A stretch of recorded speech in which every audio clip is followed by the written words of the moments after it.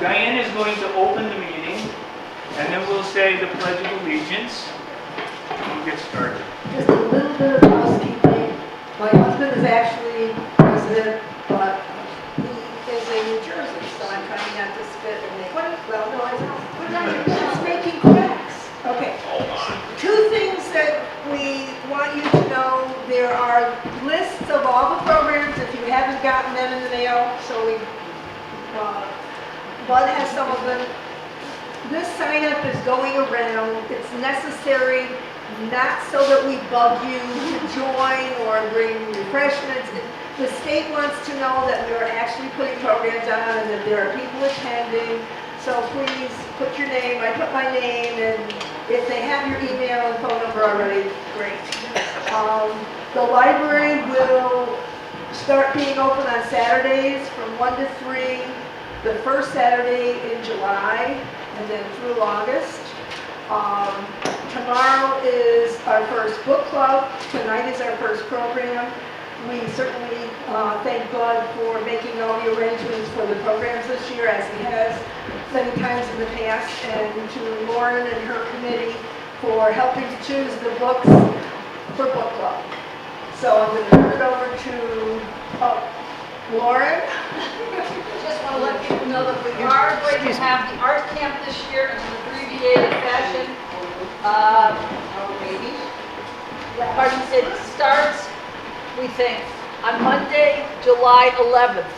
It's, and the dates are not always Monday and Tuesday. It varies. So I will get something out to you as soon as possible. I'm working on fixing the email list, which is an ongoing issue. The art camp will be from 10 to 11-ish, 11:15-ish. We will have children only. We will not have children from Spafford, just from, where we have Scott, thank you. I forgot where they're coming from.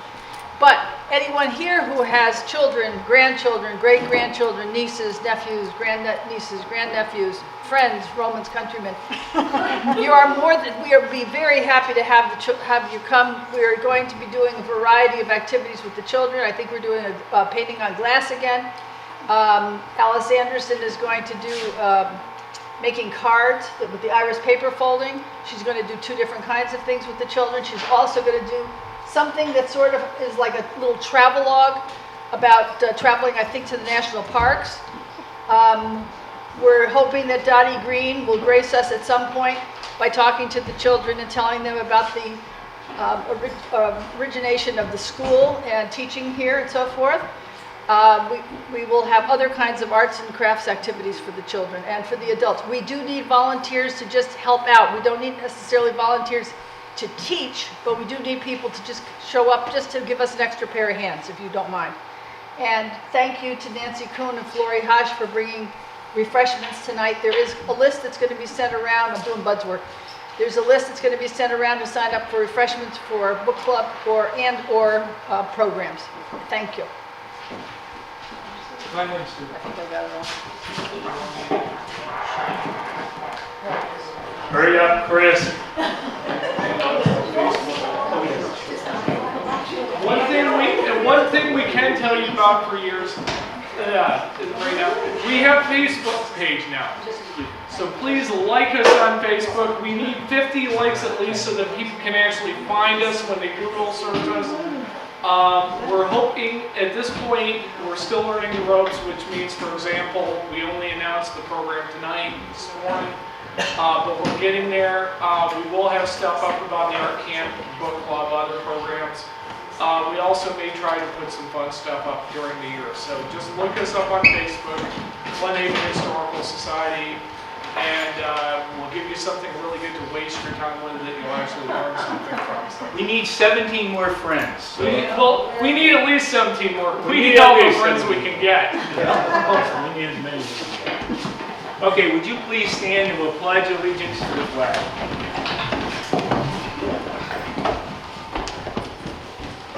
I pledge allegiance to the flag of the United States of America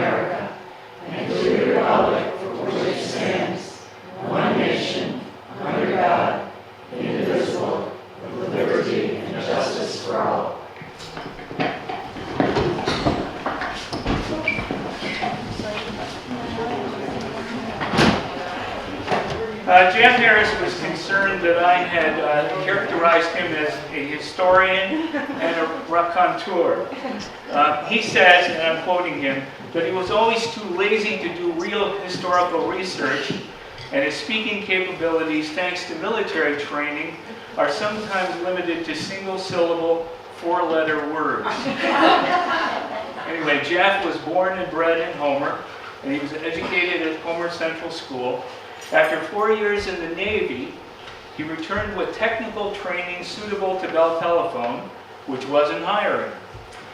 Deciding he wanted to go into business for himself, but having no schooling in business, he went to the Cortland Business Institute, during the day and worked a full night shift at Thompson Boat Company. Jeff took advantage of an opportunity to participate in a startup woodworking business, and that turned out to be his career. He married Nadine Wood in 1953, and they had 5 children, one of whom is here. 2 of whom are here. I'm sorry. Jim Sarvey and Charles Jones recruited Jeff for the Board of Trustees of the Cortland County Historical Society, and he served there for 10 years. And he's been serving as a volunteer for the following 9 and counting, and he's a wonderful volunteer. So stop in and see him sometime. Anyway, it's a pleasure to have you, Jeff, and you're going to talk about Homer boyhood in the 1940s. Factory Brook. For those unfamiliar with Factory Brook, it has its beginnings in the West Scott Valley, southerly along the Hudson Street extension, out through the Homer Waterworks. Jeff, hold it for a minute. We got a technical difficulty. This thing just went and put on me. Did it really? I'm not kidding. I don't kid about things. Okay. Check the... You better take the plug out of the second. Nope, plugs in. Grandma kicked the plug. Is that... Nope, it's on. Okay. It does have a heat sensor in there. If it gets too hot, it'll shut down for a while. Yeah, it smells hot. Do we have the other projector in there? Are you sure? I thought there were 2. There were. Okay. Okay. Continue. No. Wait, We'll let people come up and look at the laptop afterwards. Once it kicks back on, we'll turn you back on. When, can No you problem. just pull up the laptop and kind of? no, Yeah. of course. So anyway, it runs its way through the Homer Waterworks, Factory Brook. And from there it turns north and winds its way under the Clinton Street Bridge and out behind the intermediate school, under the railroad, and into Willow Park, which is along James Street. And then east under Route 11, where it discharges into the west branch of the Cuyahoga River.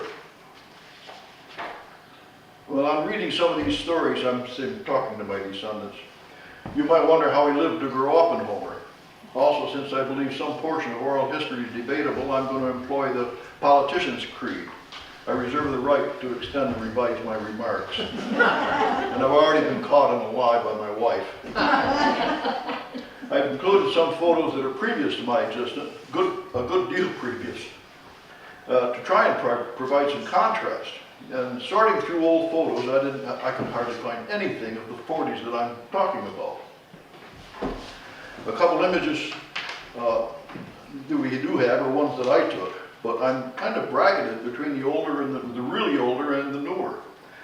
Now, I may spend more time than necessary on other subjects, such as Dasher Cox's Tomb of Demon Rum, or the Cuyahoga River. When I was quite young, I was in one more frequently than the other.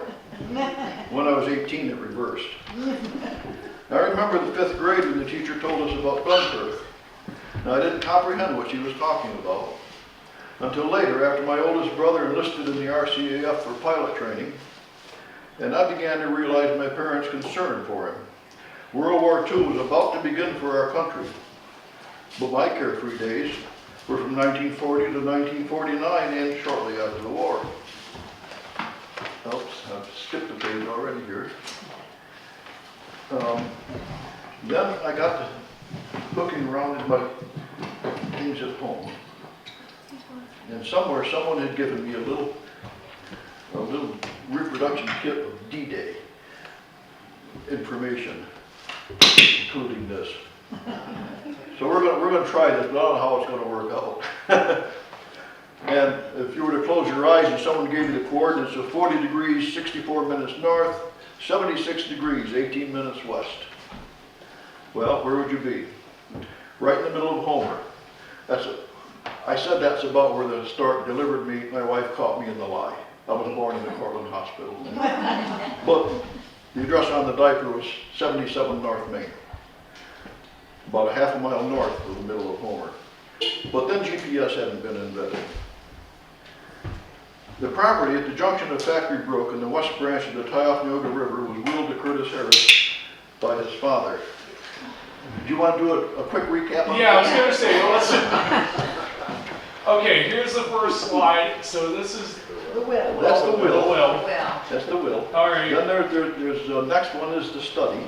No, the next one is the vote. Wow. You gotta go A1A, Hold on, A1 and A1A. hold on. All right, A1A is the study. Is the study. All right, And then the old homestead is number 2. there you go. And our playground is number 3, that shows the barn. Yeah, that's our playground. And then number 4 is Roger and me on the brook, 1942. Number 5 is the Stone Arch Bridge. Number A5A is Factory Brook and flood. And A6.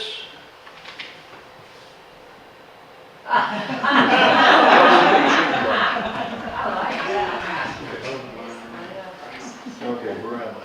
That stuff didn't pack enough punch to strike any of our matches. The big wooden ones, about 500 of the box. The white phosphorus tip from 2 or 3 matches, more were cut off with a knife and put in the nut. And then the other bolt was carefully turned down until it collapsed all that phosphorus. And then you throw it on a concrete surface and it sounds like a shot. Well, one time I was standing on the back porch above our steps. I loaded a bolt, I threw it down on the step below me. And let me see, where am I? It exploded nicely, but when I wanted to reload, I couldn't find one of the bolts. And I looked all over, went down the step, looked all over the lawn, couldn't find it anywhere. So I turned to walk back up the steps, and I happened to look over me, and that bolt was resting on a rafter right over where I'd been standing. Well, what did I learn from all this? I learned that if you wired them together, they didn't get lost. I tested this one for the success and then lost interest in the whole thing. You see, my IQ has always been my age. It's obvious I've made progress, but I'm still in double digits. And Nadine never knew of my candidacy for the Darwin Award. And if she had, I doubt she would have considered me husband and father material. You see, this preoccupation with my IQ began when someone once asked me if I was a member of Mensa. Did you ever want to laugh so hard you had to find something to lean on? All these years I've struggled to raise it, 1 year at a time. And it's been hard work. And at 86, it's still in double digits. When I learned Mensa won't accept anything less than 140, I thought, that's it, that's my goal. One late September, Roger and Jim and I were south of the Factory Brook and we came upon a field of shocked corn. We'd seen movies, cowboys leap into the saddle from behind, so we ran and leaped onto the shock, whooping and hollering. We heard a door slam and saw the owner coming after us with what appeared to be a shotgun in his hand. Well, we split. Jim went south because he lived south. Roger and I north until we realized we were too close to home. And so decided to head west along the brook, crossing Main Street into what is presently Willow Park. Our pursuer was still behind us. We crossed the railroad tracks to the Dairyman League milk plant and saw that he'd given up. And I can go A6A. Next one. And we headed into the Brickyard Thicket. The Brickyard area west of Homer Intermediate School property also extended west to 281. The Brickyard opened in 1884, and its operation left a swimming pool, which we called the Brickyard or Clay Bank, without ever knowing the origin of the name. And at home, no parent mentioned our escapade, and we certainly saw no reason to bring it up. Now, the hillside back there, if you can see it, is partly wooded and partly pasture. It was a little more wooded when I was a kid, but that kind of represents the condition of the East Hill. Now, of course, it's almost fully wooded behind where I live. At some point in all this playtime, we decided to help the war effort by building a fort. At the top of the bluff overlooking the brook and the river, we dug holes for 3 telephone poles for triangular construction. And we scrounged nails and planks for a deck at the top. And it was hard work setting the poles. We had help from a neighbor, older and stronger, who lived down the street. The poles were not the high poles we see today. They were much shorter, although we thought we were pretty high at 15 feet or so. Anyway, around our place there was no shortage of building materials. Dad kept everything. We built a deck on the poles, and I don't remember whether we used a ladder or a rope to get there. Even with hypnosis, I don't think I could give you more detail than that. Jim Fry had built his own 2-digit dial telephone system and extended a line through the back lots over the brook into the fort. He lived at 51 North Main and we at 77, so it was a major effort. It was taken down after a couple of weeks, since we didn't man the fort much after building it, and he didn't want his equipment exposed to the weather. And we weren't, I got the impression we weren't quite as active outdoors in winter. Sledding was sparse, the inclines were either too shallow for any thrill, and the pasture bluff too steep so close to the brook. The road to the pasture entrance was a gentle slope, and to heighten the thrill, we would put an old orange crate on a sled and ride it down. No sled, box, or passenger ever made it to the bottom. The box always shifted. There was no controlling the sled, and the rider bailed involuntarily when faced with a passenger gate collision. All the components, rider, box, and sled, generally ended up in different locations. The best sledding in the village was down the hill and on the Water Street Bridge. It's a shame I don't have a picture of that. It's where, is it senior assisted living or? Yeah. There were houses up in there. And you could go up the driveway of one of these houses and come all the way down and onto the bridge, and it was great sledding. In winter, part of the bluff combined with the wind to form a huge drift where we could shovel out snow caves. We'd sit in the cave and marvel how warm it was, particularly after the effort of all that shoveling. I remember coming into the house after snow play with boots full of melting snow, wet socks, clothing and smelling like a wet dog, well, a human version anyway. The large hot air register was in the dining room next to the outside entrance, and the first thing the girls did when coming in was to stand over it, skirts billowing.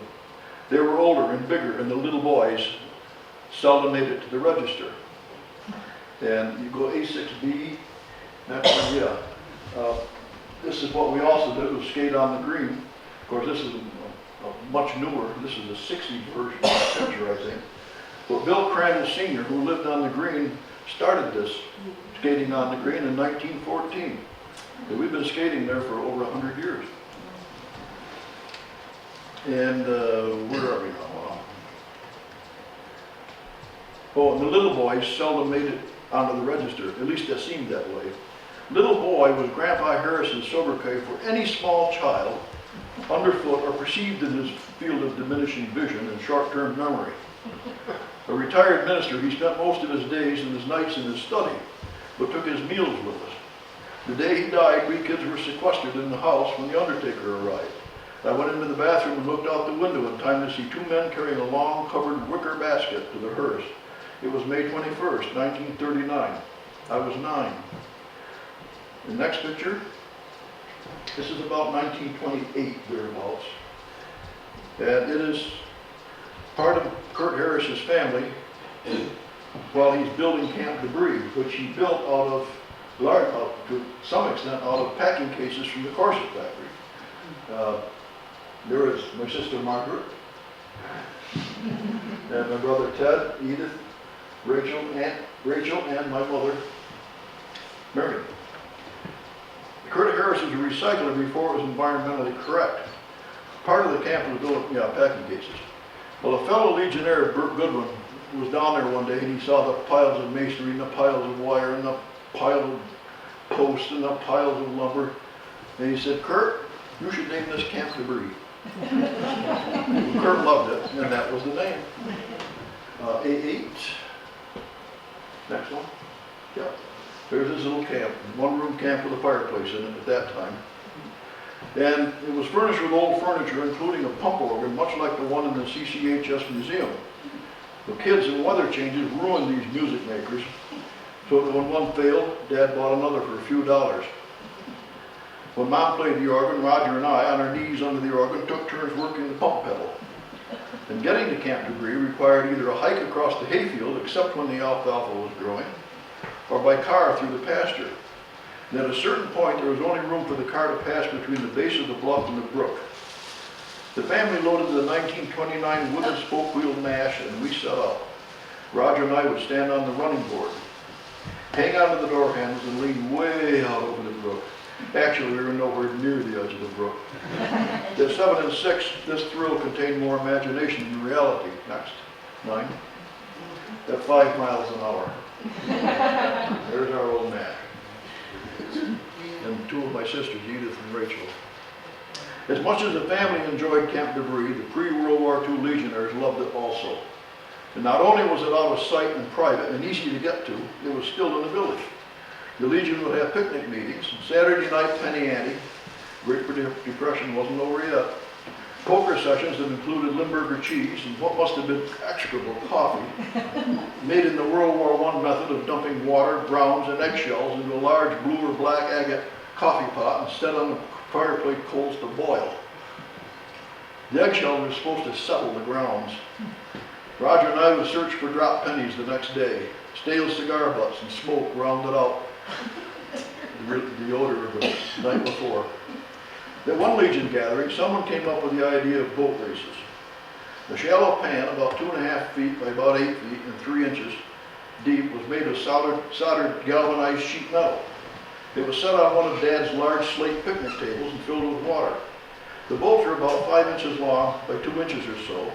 They had a small tube that ran from the stern port side to the starboard side, and it passed over or around a removable pan that contained sterno or something similar. The sterno was lighted, 810. The sterno was lighted and the pan slid into place. And presently steam was generated and moved the boat. Well, I imagine the boats were not very expensive. They were made of pressed tin and painted. I still have my dad's boat. Those races produced a lot of noise and betting. Well, the Legion fun wasn't limited to Camp Debris. They also rotated Saturday night home poker sessions, complete with Slimburger and cigars, but better coffee. I don't recall all the names, but some stand out by virtue of their characteristics. Big Bill Sears and his booming voice, Les Davis and his bald head, Holly Clayle and his cigar, and quiet Henry Knoble. Come to think of it, almost all were chomping on cigars. One or more of them would invariably try to tempt my brother and me with Limburger. We recoiled in horror at the smell. They insisted it was delicious. It may be, but my mind is made up. I still don't eat Limburger. Now I remember them all as gentlemen. When meeting on the street, they always spoke to youngsters. We had extended family picnics, 11. And I imagine Kurt Harris couldn't wait so he could work at his camp. He built a monster barbecue fireplace complete with oven. His picnic tables were of slate resting on a large stone base, cemetery stones, I think. The heavier the object, the more he loved wrestling it into place. 12 and, yeah, 12. And there's Kurt working around his monster. Well, when the power company replaced its poles on the hill, Dad got permission to take anything he wanted. He took Roger and me across the river and up the hill to help him haul down the poles and cross arms with the glass insulators still screwed on. We weren't much help. He was a big, strong man, and we were skinny kids. Anyway, he managed to get what he wanted down to the water's edge. He unscrewed the insulators and showed us how to lop them over World War I hand grenade style. His landed on the shore. Ours landed in the middle of the river. We tied ropes to the poles and hauled them across, and some of them ended up in the fork. 13. And during a low water period, Dad built a bridge across the river. Naturally, it didn't survive the first flood. This is a typical tie-off view of the flood, number 14. The water was almost to the porch floor. And every time the flood arrived, the steps would float away and get snagged in a willow growth. Never made it to the current. When the water receded, my brother Roger and I had to haul them back. No one ever thought to at least tie them to the porch, if not nail them. And when I was about 15, I wanted to see what it was like to swim in a flood. Well, I found out. I was swept downstream some distance before I could get to the East Hill shore. I didn't realize the power of the current. I couldn't exit on the west side since our barbed wire fence was underwater. I had to walk back up the river on the hillside far enough to let me get out at the camp. My IQ evidently was not high enough to keep me from swimming alone in a flooded river twice. 15, do we have 15? Yeah, that's a spring flood. And now, this interesting image, which has nothing to do with me, shows when the river could really flood, 16. This is March 17, 1865, and the main intersection in Homer is submerged in 3 feet of water. My other interest in this photo, of course, is the David Hannon Bank building at Wall Street in the Barber Block, with its opera house on the 3rd floor and that elaborate ironwork. The opera house and the stage are still in place. Most of us are probably familiar with this image of the old Albany Street Stone Arch Bridge. That'll be the next 16. Okay? Yeah. Now the river is much larger, way back. And the next image was enlarged from a small 2x3 faded photo that I found in my dad's papers. And that appears to be the removal of the Stone Arch Bridge for the replacement in 1941. And at left you can see a temporary wooden bridge, and in the background is Bell's Dairy and a milk truck.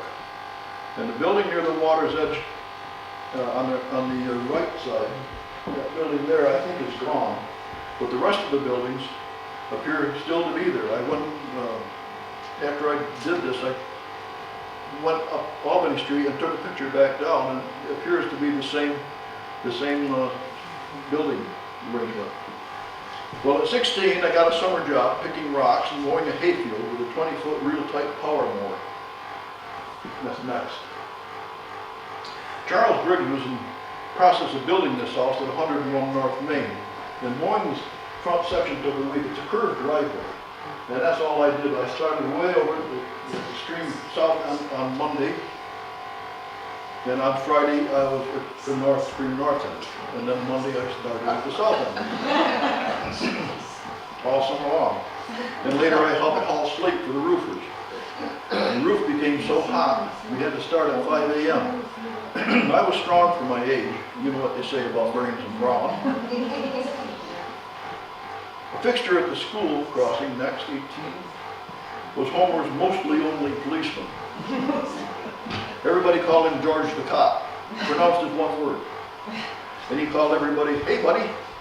And from my first time at kindergarten to high school senior, I don't believe he ever missed a school day crossing the kids. He was George Vernon, a displaced Greenwich Village native who arrived in Homer via the state police and stayed 24 years or more. He watched over us and we watched over him and his deputized firemen on Halloween night. We'd been well trained in the art of mayhem by earlier generations of artists. You never wanted to get caught by a fireman. The treatment was far more severe than Georgia gave you. What mayhem? Well, a railroad tie through a window. It was completely unintentional. But the culprit saw someone coming and quickly leaped up in the corner of a building and ran. Imbalance and gravity did the rest. The railroad kept a surplus of old ties along its tracks. It still does. At the junction of Maple and Elm and the soap factory, we trapped the police car with empty 55-gallon drums and railroad ties so that we could go about our business. 70 years ago, Homer Hardware stored barbed wire outdoors behind the store. The wire was wound on a simple wood crosspiece reel and weighed, I don't know, 40 pounds or so. The wire was unhooked from the reel and tied to the rear bumper of a car which was parked along the curb.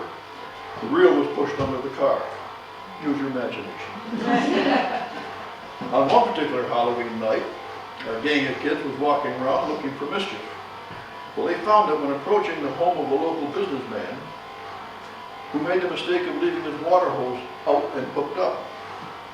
Fearless leader sent some of his vassals to the garden for rotten tomatoes. The plan was to make the owner come out of the house and get hosed.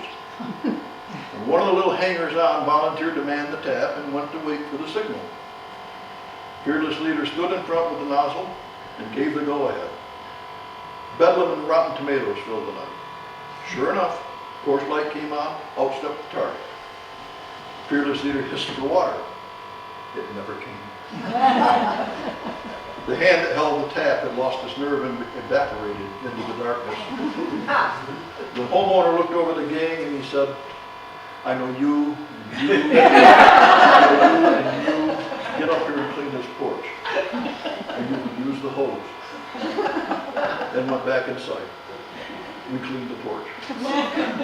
Well, Halloween is a relative experience, of course. People arriving in Truxton one morning found a horse, calling cards and all, in the gym.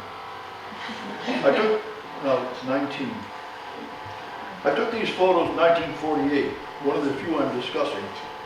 Patsy Carlson and Marilyn Peak are near the Food Bowl grocery store. Now, most of the businesses can't be seen, but of course there's the drugstore, which is Watson's Drugs, and then the Victory Supermarket would be this white sign here. The Coca-Cola sign is up on the David Harum, and way up at the end is a marquee for the theater. Now I have to find out where I am. So I want to begin with the Capitol Theater in the Homer Town Hall building, and that will be number 20. The ticket office was just to the right inside the entrance. The original door and ticket office window are still there. The popcorn and candy counter, now occupied by a cigar store Indian, was the first stop for the candy and popcorn. There were entrances to the left and right that led into the theater, and tucked behind those empty walls were a few seats occupied by the neckers in their darkened domain. This 9 or 10-year-old quickly learned not to turn and look after my initial encounter with one of the big guys and his date. Now, I'm not sure when the theater opened, but my first movie in 1938 was Alexander's Ragtime Band. Next.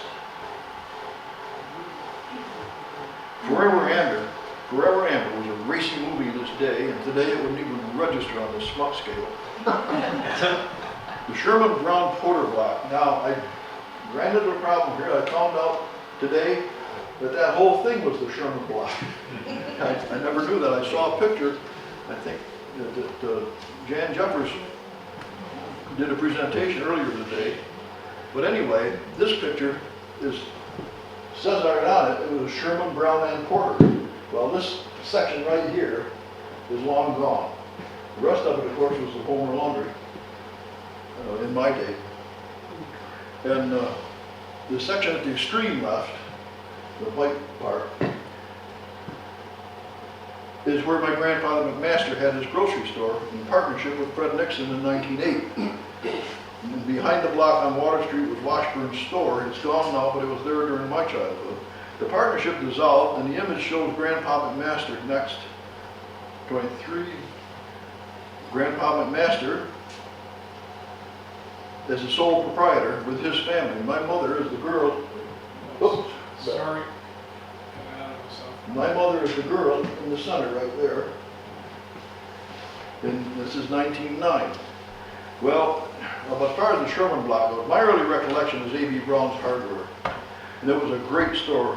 Just inside the entrance was a glass display case of knives. And I don't know what there is about knives that attracts kids, but they were just gorgeous. In 1946, next, I think. 1946, Dewey Dry Cleaners opened for business in the block. 1947, Ken and Cliff Dewey had so much work they hired me to work nights during Easter vacation. Ken slept on a cot nearby while I ran the cleaning machine. And cleaning fluid then was petroleum-based. About 3 a.m. one morning, the machine told me it needed a filter change. The filter was inside a pressurized tank about the size of a 40-gallon water heater. I made a critical mistake. I forgot to release the internal pressure before undogging the lid. I got 3 dogs loosened, and when I undogged the 4th, a big belch of cleaning fluid started up here on the entire length. I shucked off my clothes, washed down, and put on others, and went back to work. And in the morning, my whole front felt and looked like I had a really bad sunburn. Did I say anything about my IQ? And just for fun, I want to show some reincarnations of this block, number 24. We're gonna have to do another catch-up, so you keep talking and then we'll catch Okay. up on the photos. Well, there was a the colonial gas company who shouldn't have been playing with matches because the place was burned. And then there were Dewey Cleaners, Homer Laundry. A.B. Brown was there in the 30s and 40s. Now, I don't know the details of the colonial gas fire. Dewey Dry Cleaners in the 50s and 60s. Homer Laundry until about 2011. And then after refurbishment, new businesses have come and gone. And they include, what was it, Mother Goose? I think, Mother Goose and State Farm and, I don't know, a couple others. And I don't know who's in there now. Oh, a physical therapist.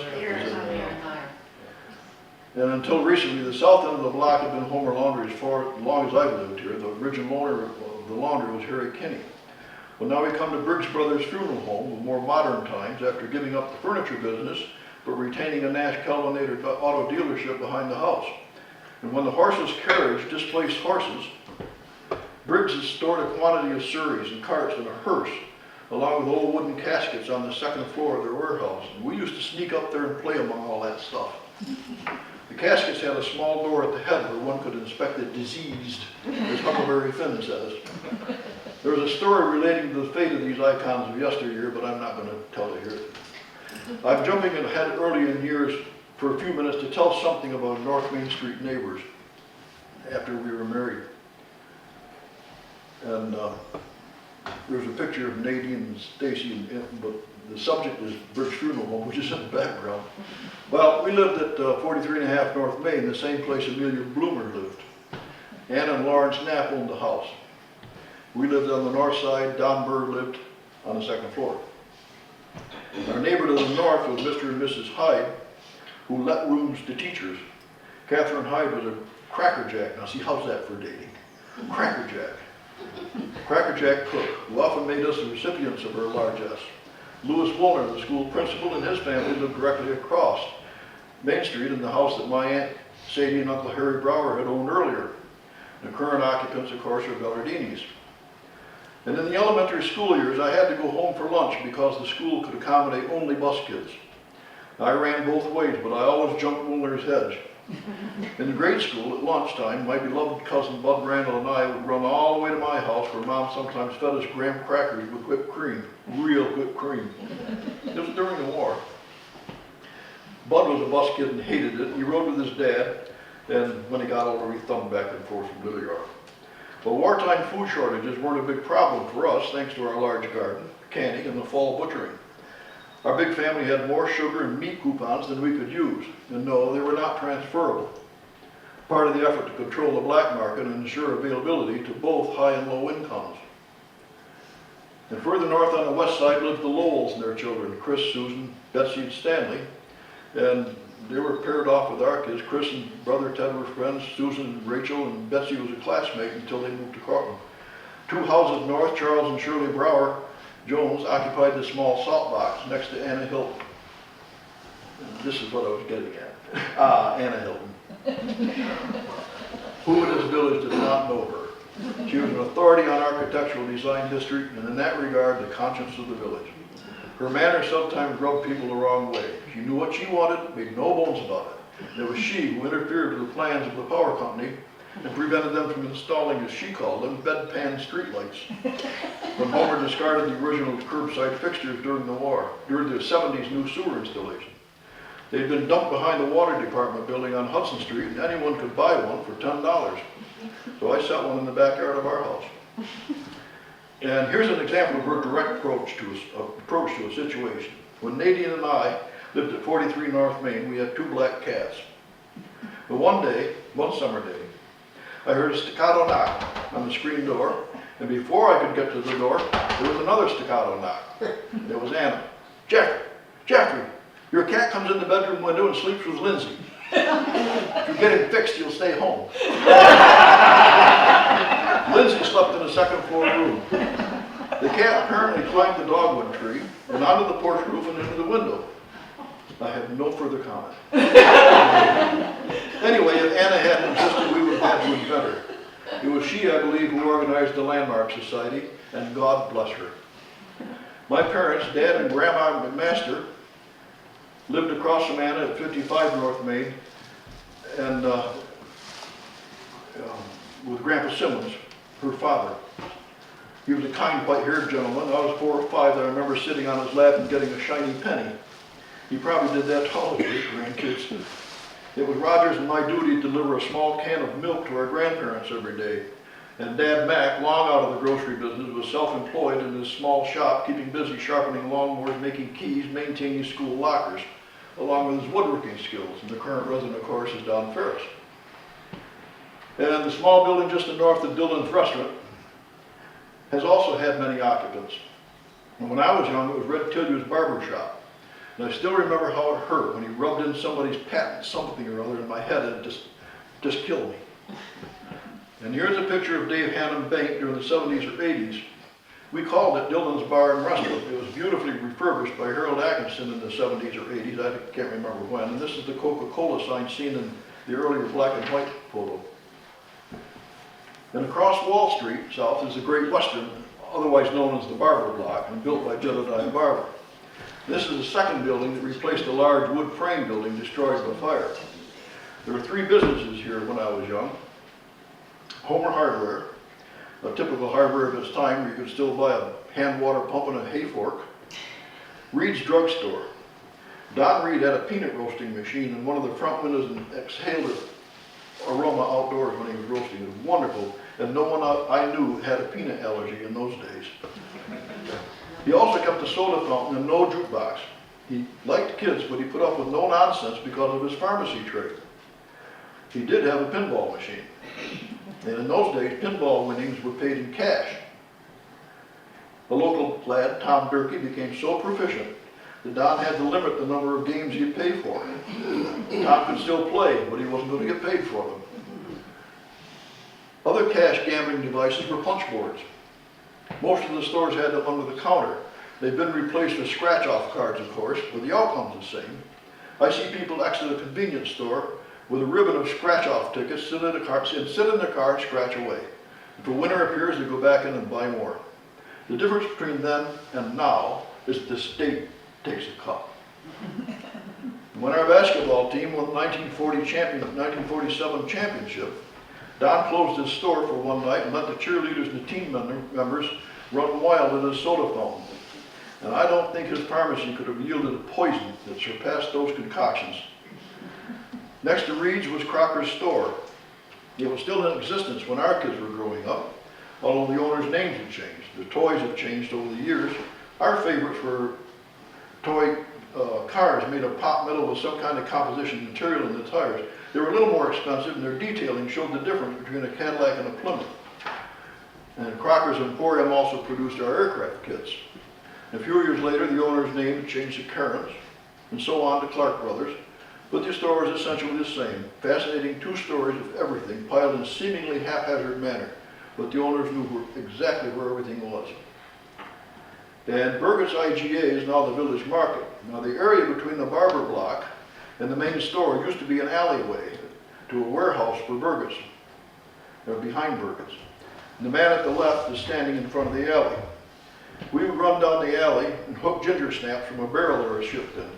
And many of the goods were bulk packed back then. And today the store is now the Village Mart, as I've said. There's a photo of Father Arden and Son Arden in 1909. And when Arden was a man, I knew him when I was a boy. The store is still going strong in my day. Their motto was 3 phones, always busy. And I used to wonder how anybody ever got to call in an order.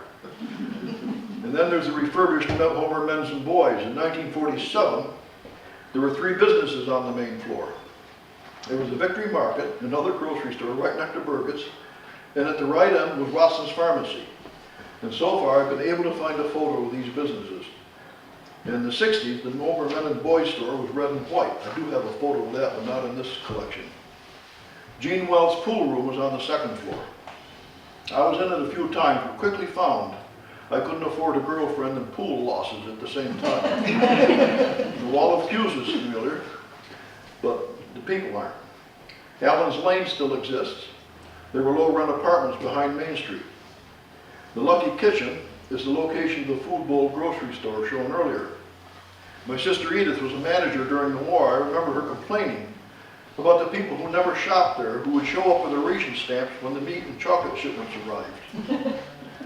And the small shop at Wright had several rebirths. At one time or another, it was Pickett's Barber Shop, Writer's Meat Market, and in this photo, it's a wine store, Connerly's, I believe, and then it became Lily Lane Tree, and at this writing, I believe it is again vacant. And next door was Miller and Cricky, a sundry store that had a soda fountain in the rear, and in the rear, 2 booths and a jukebox. This was the only jukebox available to kids. The booths were normally occupied by the big guys, and we lesser fry had to be content to hang on the back of the booth and bask in their presence, listening to both their dirty stories and Glenn Miller's In the Mood. In a few years, we would be the big guys. When Fred Miller sold out, the new owner removed the jukebox and the booths and paved the way for new memories of that establishment. This next building is Wheaton's Hall, I think built in 1890 perhaps. In 1947, Neva Nicholson had a beauty shop in this building. And here is the same occupation in the same place 69 years later. And some things never change. And here's an image of the same building in the 70s and contains some interesting background. Now, looking at the sign, you will see it says Homer Army and Navy. Looking at this sign, you will see this where Frog Fragnoli started his business in 1949. And also the driver of the plow is a cousin, Jim Fry of archaeology and fort fame, who bought a surplus army truck and hand-built a rotary snowplow attached to it. He had no formal engineering training, and his IQ was high, obviously higher than mine. And the picture also depicts one of Homer's rare northbound parades. And the Homer Bank, it seems to me, was ageless until purchased by the Key Bank and modernized. The bank occupied the left section of this picture. The right end at one time or another contained yet another grocery store, an A&P. And after that, a printing shop. The Masonic Lodge rooms are on the second floor. They still are.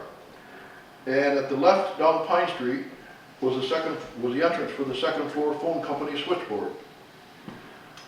The white building was Leonard's Coffee Shop, and even earlier, Robin's Coffee Shop. And the mural in the American Legion building, and I've inserted a picture of the mural in color, depicts a lady in a second floor window, according to oral history, selling something not available on the first floor. Leonard Contenta was a favorite of Grandma Durkee, who may have helped him go into business when he returned from World War II. It was where we kids met to gossip and sort out our problem romances. The morning preschool coffee was an essential. The building was owned by Durkee's Bakery, whose main offices were on the second floor. It was raised for a parking lot after Key Bank bought both buildings and the adjacent property, which included Will McGraw's candy store, a kid's favorite. The sign also says school supplies, although I don't remember ever seeing any. My impression was of a not well-lighted interior and less well-lighted showcase of candy. And Will was quite elderly. He sat on an old stuffed chair behind a dingy glass case and he said, "Saying what?" It took a few tries before I interpreted it as "see anything you want." Sometime around 1947, Will sold out the Lester Cappers. Lester brightened up the place and loved to visit with the kids, and we became Lester's boys, as he put it. He once took a gang of us for spaghetti dinner one Saturday. That's a lot of candy bars. The dinner probably cost $1.50, and the candy bars sold for 5 cents. And next, of course, is our older pictures of Phillips Free Library and Elizabeth Brewster House, commonly referred to in our day as the old ladies' home. It was actually a home for aged women, but the title changed again now, since they accept men. And then you come to the fire station and Jim Wayman's Esso station. I think the fire station was built on a site previously occupied by the Homer Hospital. About 1958, the Esso station was raised to make room for an addition to the fire station. And now I have here Denny's Diner, sometime in the 70s. Denny Cashin is also remembered by my boys who got well fed there as youngsters. When the special was macaroni and cheese or goulash, he refilled the kids' plates as long as they kept eating, and sometimes for free, often for free. You had to be awfully good friends to sit at the counter. There was almost no knee room, so you kind of perched on the edge of the stool, and half seated and half standing with elbows locked in 1 degree of freedom, up and down. The bowling alley and the diner were raised when the village built the current office building and recreation area shown in this photo. And of course the Burns McAuliffe Post was built in '49 after raising other buildings. Now, back up Main Street and opposite the theater was the home built by Jedediah Barber, owner of the Great Western. At the rear of the house was the foundation outline of a tabernacle in a large field where we played kid baseball or kicked a soccer ball. See you at the tabernacle was sufficient direction to a game. Across Elm Street, of course, is the Cabbage House. And this beautiful home was built by 2 brothers, Dobbins, who, among other things, made a small fortune in cabbage. The story is that they lived only in the kitchen. And just as an aside, I was talking to Mr. Ryan, the owner, a few months back, and he said the rest of the house was, just needed to be cleaned, but it was perfect shape. It was immaculate as far as the architecture and everything. Nothing was broken, nothing was falling off, ceilings were still intact. He said it was just an absolutely marvelous place. And down further south is Dasher Cox's establishment. When I was young, Syracuse and Cornell were rivals in athletics.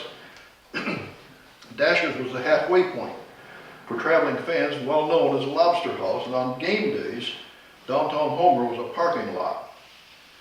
And then I have a picture of Dasher's at the turn of the century. And the photo was taken from the front of Burgett's store across the street. And then I have a picture of Dasher's Tomb of Demon Rum in 1911. But I included that because I wanted to show the open framework that was just inside the door. That framework was there until about 2014 when they renovated, Friends renovated, or it now became Dasher's, I guess, but it doesn't exist anymore. But it was there for over 100 years. And then I'm showing Main Street before the post office was built. Now, I have a vague memory of a beauty salon, Lottie Mae, I think. We're pleased to have my sister Margaret confirm my recollection. Also, I was told that the house at the left end was moved to South Main Street, and if so, this current photo of the house shows considerable change. And the section of Main Street was raised for the construction of the post office, and there was a photo of the post office in construction process in 1937. South of the post office was John Briggs' Cadillac dealership. And I remember how John always spoke to youngsters, even as did most of the adults of that time. But not today, we don't make eye contact. I say hello to teenagers today and some don't even respond. They just look straight ahead. Maybe they're told to, I don't know.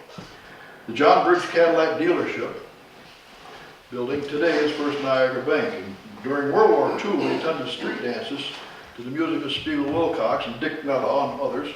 We were young and too frightened to ask a girl to dance. Just as well, we didn't know how anyway. We hung in the dark fringe of the lot and watched the girls. And I have a ticket stub.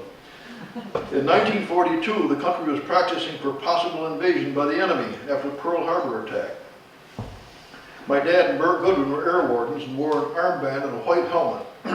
Recently, I found an newspaper article of April 23rd, 1942, describing an upcoming air raid drill and stating that the exact date and time would not be announced to make it more realistic. And then, of course, proceeded to list all the instructions and then all the exemptions. I do remember the drill happening, probably on April 27th, since the article is dated the 28th. And I can remember how utterly black it was outdoors. I imagine how nights must have been in the wilderness days. What I didn't know was that the drill was a day early, due to an overly zealous telephone operator. The blackout was generally successful, except that the traffic lights were still on. The last paragraph of the article reads as follows. Townspeople cooperated in every way to make the affair a success. A word of warning, however, given by police to boys on bicycles who were on the streets throughout the blackout. They will be picked up if this practice continues. And rationing commenced in 1942, but had really little effect on our family. Our little farm produced more food than the ration stamps could ever produce. With 6 kids at home, I doubt we came close to using our sugar allotment. And to save rubber that was imported, gas was rationed, and many cars were put up on blocks for the duration. And I have images of gas stamps, a ration book, and a ration page. Those are the stamps. The stamps had no monetary value. And what they would buy was changed quite often, so that you couldn't save the stamps and buy the same thing later. So they changed to whatever it would buy from time to time. Well, there is Homer Academy, Homer Central School now, centralized in 47 that I went to. And the next photo, okay, shows the south side entrances. And it's not the same era, but it shows the entrances. There are separate entrances for boys and girls. And even in elementary years, I never understood why the difference. And one day coming in late, I decided to use the girls' entrance to find out that difference. I entered into the same large hallway. And I never understood the segregation, unless it was that boys were considered too dirty, and probably were. Don Lawson and I were on the 69. We're on the basketball court during a game one cold January night in 1945. The principal, Louis Woolner, came out of the court and announced the school was on fire and to exit the building. Well, we went to the locker room, changed our clothes, and were among the last to leave. And I was surprised to see the water beginning, this is the next day's picture. I would see the water beginning to freeze on the outside of the brick while the burning continued inside. And this next photo, 70, was taken from the Congregational Church steeple. Now, I think the school floors may have been, I don't know if they were over. Oil. What? I understood they were oil. They were oil. Yeah. Over the years, the janitors used what looked like an oil-treated sawdust to keep the dust down. And I remember coming in first thing in the morning and seeing those floors just dully gleaming in their oil-soaked cleanliness. And they made great fuel for a fire. Well, my school days, I don't know what time is it? Keep going. My school days were mostly fun. My IQ arrested learning. In 7th grade, English, it was Mrs. Carty, a sweet pushover, whose teaching method was to write 2 walls of blackboard while the class rewrote them in lined pads. The pads were made by Miller Company and the cover pictured of Miller, with a grain bag over his shoulder, walking toward his windmill. You remember those pads? And every one of us added our own artwork. And one fine, warm spring day when the outdoors beckoned, it didn't beckon in vain. Don Lawson tossed his textbook out the window. Said it slipped off the sill. Amiable Mrs. Carty said he could go get it. He took his time. Bud Randall and I were not comfortable in fixed seats, so she let us sit. We were big guys, and bigger than most of the kids for our age. And we're not comfortable in fixed seats, so she let us sit on a movable desk at the rear, not far from her extensive plant collection. One day, Bud slid his desk over to the plant table and he said, "Watch." Carefully slit one branch on a plant. The next day, she came to water, saw a drooping limb, and cut it off. And this slow-motion plant torture kept us busy to the end of the school year. No plants died, but I can still hear her clucking over what might be going wrong with her plants. And who of my generation could forget Miss Ruth Stoker? In her math class, she had a surefire way for us to remember fraction inversion. She would pick a small girl or a small boy, carefully wrap an arm around the skirt, and upend the victim. That was a lesson everybody remembered. And sometimes she picked a boy, but I think back then a teacher could invoke corporal punishment. Joe Herney is a legend. With Miss Stoker, the weapon of choice was a ruler. You held out your hand, palm up, she held it, and rained rapid blows with the ruler. The ruler was a blur. But I'm pretty sure it didn't hurt much, and no one ever ran home to tell as far as I can recall. So much has changed. Miss Fuller taught social studies, and she was a large woman whose favorite admonition to a chittering class was, "Speech is silver, silence is golden. Let's have more gold and less silver." And one day Bud and I, sitting across from each other, were engaged in trading silver. Suddenly our heads cracked together and we both saw stars. And we always marveled how such a large woman could walk so quietly on those wooden floors.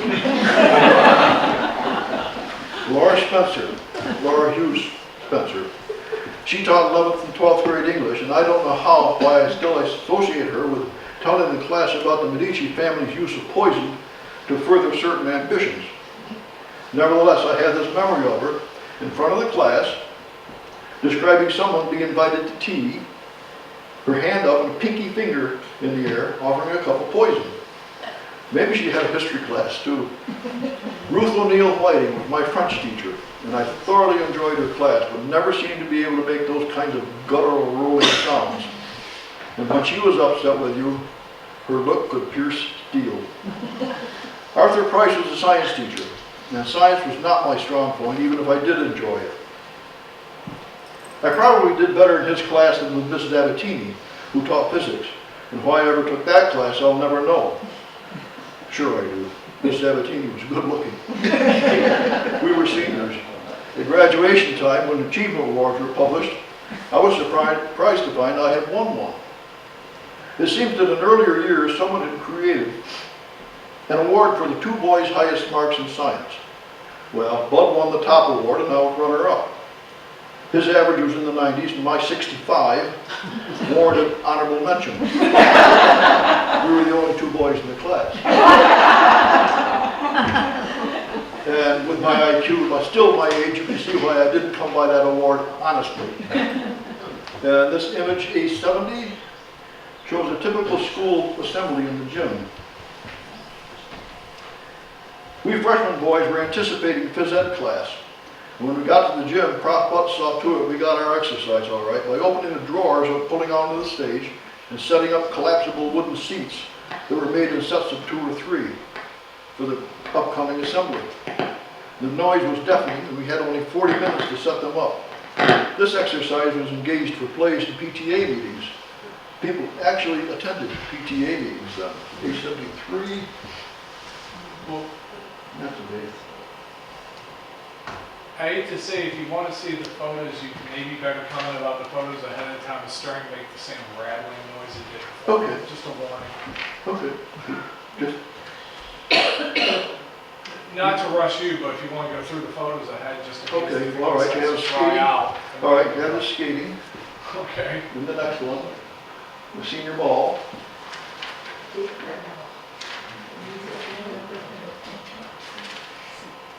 There's not too many left. We'll text the pictures, I'm almost done. This poor thing has a death rattle it does after a while. Yeah, and punch it out, the next one. And those are school plays. And the watering trough. And a little nonsense. And that's the last one. All right. Okay. So we were at 73. Yep. You're going to go as long Well, as it, 73, okay. you want to go as long as it lasts? Sure. Keep going. You keep We going dated till and you're went done. to school dances and mixers on Friday after home basketball games. The music for the mixer was from 78 RPMs, played on an indifferent and bulky school record player. And the most modern record players had an accessible tone arm and turntable. The school machine was a portable unit with a solid curved front and a slot at the base. The record was inserted into the slot and automatically positioned and played. Now many schools have used this kind of machine since it prevented damage from use by so many students. And also being portable, it featured a small sound system. Its very portability guaranteed rough handling. And we had a big hit one Friday night when Dave Hammond brought in his new recorder player machine. And we also brought the records we wanted to hear. Not only was the school's collection terrible, it was scratched and dirty. And hi-fi and LP technology were just being developed after the war. And all classes sponsored fundraisers and dance each year, so there's your skating party and the dance. I don't recall being able to rent a tuxedo for these affairs. Formal dress for men was usually navy jackets and white trousers. And the girls naturally went all out in formal dress and were just as beautiful as today.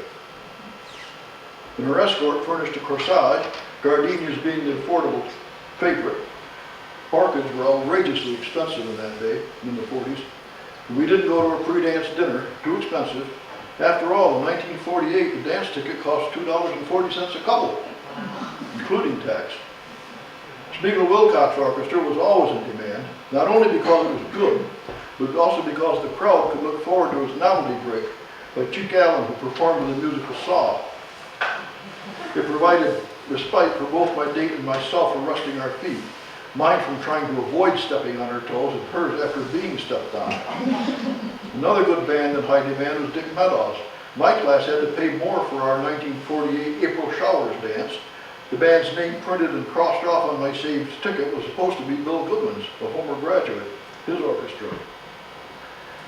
And Dick Meadows played instead, so much for trying to save money on our music. In 1947, the freshman class hired a band named Melody Makers, led by a piano player, Milo Stewart, a senior at Carlin High. The tickets have a 50-cent admission. If 100 kids attended, this gives an idea of what the band was paid. And during my freshman year, our class was picked to entertain the April meeting of the National Southeastern District of the PTA. Under the direction of Coach Butts, the entire class practiced and performed marching drills in the school gym. The program describes it as physical education demonstration. It was no Queen Arms manual, not quite that. The gym was small, the spectators had to sit in bleachers and set up under a mezzanine. Bleachers that were set up under a mezzanine. I guess we did close order as well as any 14-year-olds could be expected to, but what brought up this comment was an item I read in the original program I saved, and I save a lot. At the January meeting, the speaker was Reverend O.R. Miller, D.D. His subject, marijuana, a current health problem. If Reverend Miller is looking down at us, as I assume he is, I can't help wondering about his reaction to 71 years of how the country has dealt with marijuana, a current health problem.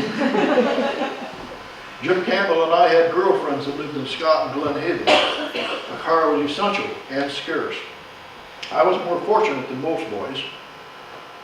I had a sister-in-law a few years older who still remembered high school romances. She manipulated my brother into letting me use their car several times.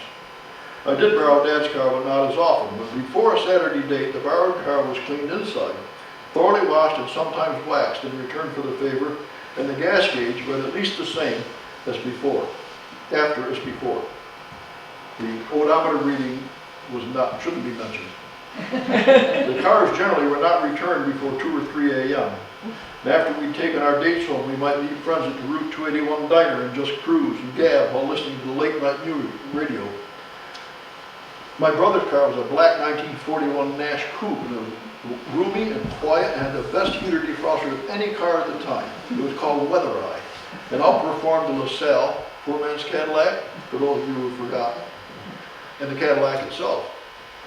Some of the winter nights were bitterly cold, and it was on one of those February nights that Jim and I needed a date car. Jim had no license, and I couldn't get my brother's or Dad's. Jim appealed to his dad, who was very, very reluctant to allow someone not in the family to drive it. Well, finally he relented and gave me the lecture. His car was a pre-war model, maybe a Chevy, certainly lacked Weather Eye. I dropped Jim and Shirley Kuhn off at Scott, took my date, June Downing, home to Glen Haven about midnight. I went back to Scott, waited in the house until he was ready to go home. It was a long wait. After all, he provided the transportation. The car cooled down and was frosted outside and very cold inside when we were ready to go. The outside windshields were scraped and we started off. And immediately, our breath frosted the inside, and the defroster couldn't overcome it. And that's why the aftermarket auto stores sold little rubber-bladed fans that mounted on the dashboard and plugged into the cigarette lighter. And they were held in place by use of a suction cup, a little spit in the cup, ready to go. That ensured the contact. In cars as cold as this, after several minutes, a small teardrop-shaped clearing appeared. It was barely 4 inches in diameter and tailed away like a small comet. Passenger side didn't defrost at all. Jim couldn't see anything. He never mentioned being uneasy with his life in my hands. I drove about 25 miles an hour while peering inches away from the windshield. By the time we arrived at Jim's house at 4 a.m., the defroster had begun to clear the windshield. And I have more on cars, but I don't know that you would be interested in many of these. I've forgotten the reason that Dave Hammond and I were both at Glen Haven one summer evening. Dave had the Plymouth and I was driving one of Dad's LaSalles. I've forgotten the color since he had a brown and a black one and Nadine says it was gray. I'm caught again. On the way home, we decided to race on the straightaway from Homer Gulf intersection to Homer. And try as I would, I could not get past him with my big car. He was driving his 29 Plymouth, his dad's 29 Plymouth. I was doing maybe 75 or 80 when I got close enough to see his tailpipe emitting several inches of blue flame. And I was sure he was going to blow that four-cylinder engine. After frantically flashing my lights, he slowed down and pulled over. It sounds a little tame now, but in the 40s, cars weighed over 2 tons. They were made of steel, no seat belts, and roads were nearly as safe as they are today. Well, shortly after World War II, the teenagers in town decided they wanted a youth center. So we older kids helped scrape, paint, and build the necessary equipment in a building that may be now 27 West Street in Homer. After it opened, we became bored. It had rules. And continued to hang out at Dave Hammond's house, a practice that started in 1944 when we were freshmen. Dave's parents loved us. Dave was an only child and an only child of the group. The rest of us were from bigger families and had no such luxury as our own meeting room. We pooled our collections of records and built a rack to hold the 700 of them. Our tastes range from jazz, swing, some classics to show tunes, and yes, Spike Jones, a big favorite. Music, poker, Monopoly, hearts, peanut, bull sessions, and dirty jokes, but not necessarily in that order. Almost no subject escaped our attention. Particularly girls, although those of us who had current girlfriends stayed mum about them. It was a small village and a small school. We ate the Hammonds out of house and home. I don't know how they ever afforded to feed us.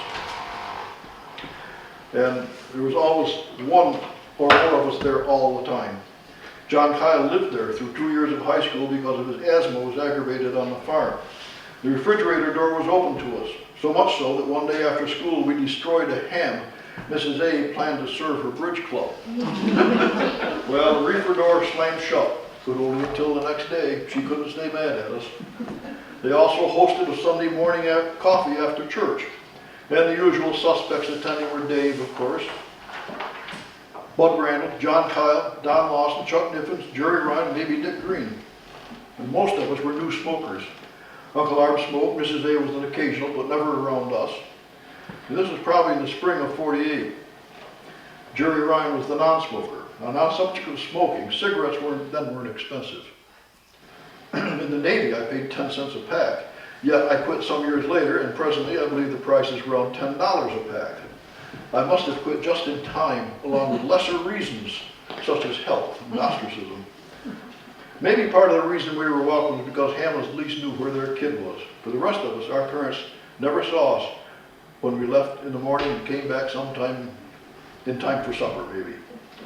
But I suppose this lifestyle happened in small towns all across America. On senior day, in 1948, the few teachers who were brave enough to mingle with us got dunked in the watering trough and had water in it then. The original concrete was replaced with a metal one used by the garden club for a flower pot. It is also now extinct. And for the last hurrah, a group of us rented a cottage at Glen Haven on Skaneateles Lake. The previous occupants left the bathing suit that Jerry Ryan put to use for this cheesecake photo. We borrowed a beautiful double-oared Thompson boat from June Downing's father, although I'm sure it was her intercession that provided it. We needed it to haul the cases of beer from John Webb's Glen Haven Hotel at closing time. A few days later, Dave Hammond and I set out to row completely around the lake. Bud Randall borrowed his dad's boat and outboard, and he and Jerry accompanied us. And that night, we camped on the shore at Mandana. My supper was cold tomato soup and warm beer. The next morning, we went on to Skaneateles for breakfast and pulled down the east side, and it was a lot of fun. This photo is entitled The Last Pyramid. A year or so later, all but one were in the military. The Korean War had started. All survived their service time, but at this writing, only 3 of us had survived life up to now. Jim Campbell, Don Lawson, and Jaff Harris. I want to thank Bud and Chip Jeremy for providing this opportunity to appear without having to deal with a damn computer. And also my thanks to Don Lawson for his photo of Gene Wells' pool room and Charlie Bernheim for the photo of Will McGraw's. And thank you for coming.